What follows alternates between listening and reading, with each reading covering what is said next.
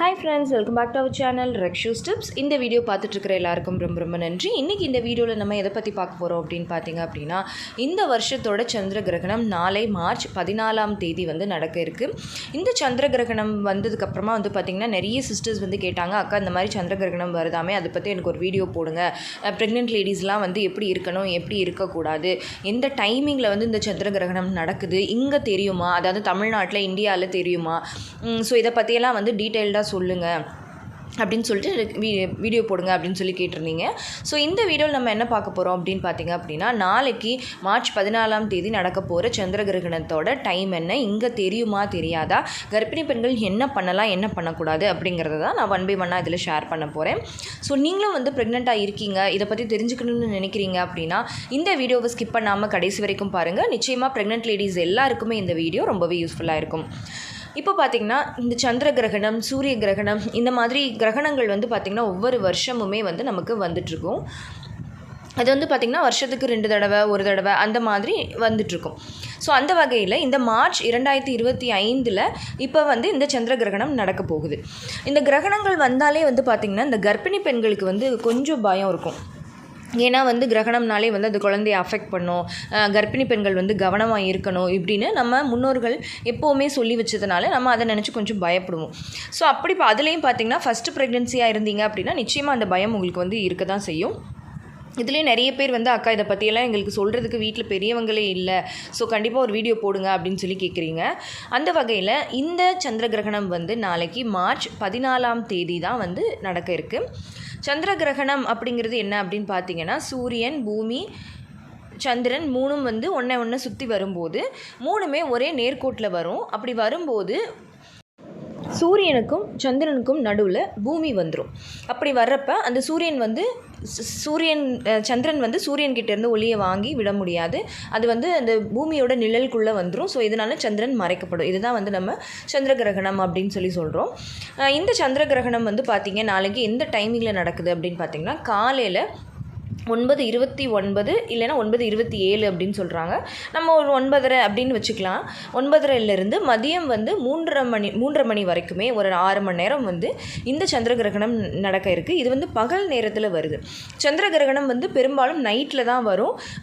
நைட்டில் வர்றது தான் வந்து ரொம்ப எஃபெக்டிவாகவும் இருக்கும். இது டே டைமில் வர்றதுனால இதை பற்றி வந்து நம்ம ரொம்ப கவலைப்படணும் அப்படிங்கிற அவசியமே கிடையாது.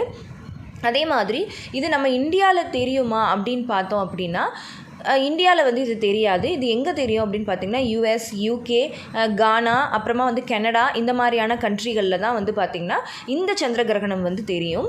ஸோ நம்ம இந்தியாவை பொறுத்த வரைக்கும் இது வந்து எந்த பிரச்சனையுமே இல்லை.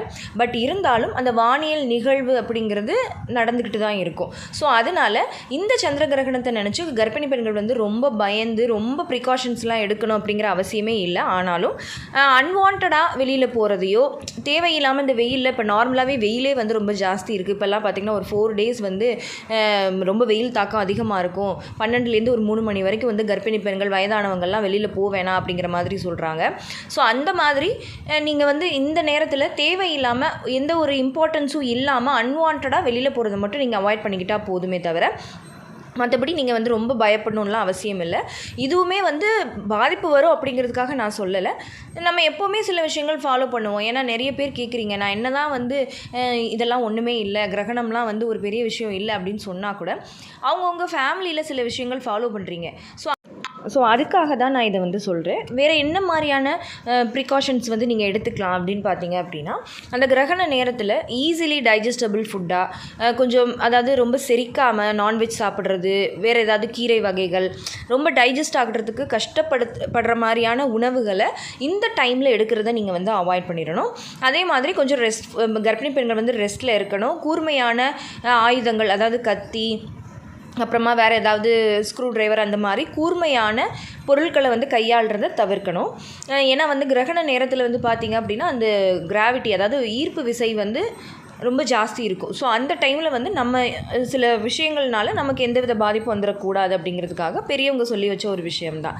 ஸோ அவ்வளோதானே தவிர மற்றபடி நீங்கள் வந்து ரொம்ப பயப்படணும், வீட்டுக்குள்ளேயே இருக்கணும், வெளியில் தலையே காட்டக்கூடாது, ரூம்குள்ளேயே அடைஞ்சு கிடக்கணும், மொபைல் யூஸ் பண்ணக்கூடாது, தண்ணி கூட குடிக்கக்கூடாது, அப்படிங்கிறது எல்லாமே எதுவுமே இல்லை. ஸோ இந்த சந்திர கிரகணத்தை பொறுத்த வரைக்கும் நம்ம தமிழ்நாட்டில் இங்கே இருக்கிறவங்க வந்து பயப்பட வேண்டிய அவசியமே கிடையாது. ஸோ நான் சொன்ன மாதிரி சில விஷயங்களில் மட்டும் கொஞ்சம் கவனமாக இருந்துக்கோங்க, அவ்வளோதான்.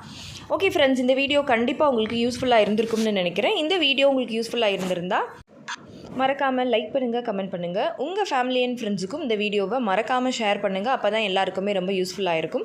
அண்ட் நம்ம ரக்ஷூஸ் டிப்ஸ் சேனலை இது வரைக்கும் சப்ஸ்கிரைப் பண்ணாமையே பார்த்துட்ருக்கீங்க அப்படின்னா மறக்காமல் சப்ஸ்கிரைப் பண்ணிக்கோங்க. பக்கத்தில் இருக்கிற பெல் ஐக்கானையும் சேர்த்து கிளிக் பண்ணி ஆல் கொடுத்து வச்சுருங்க. ஓகே ஃப்ரெண்ட்ஸ், பாய், தேங்க்யூ.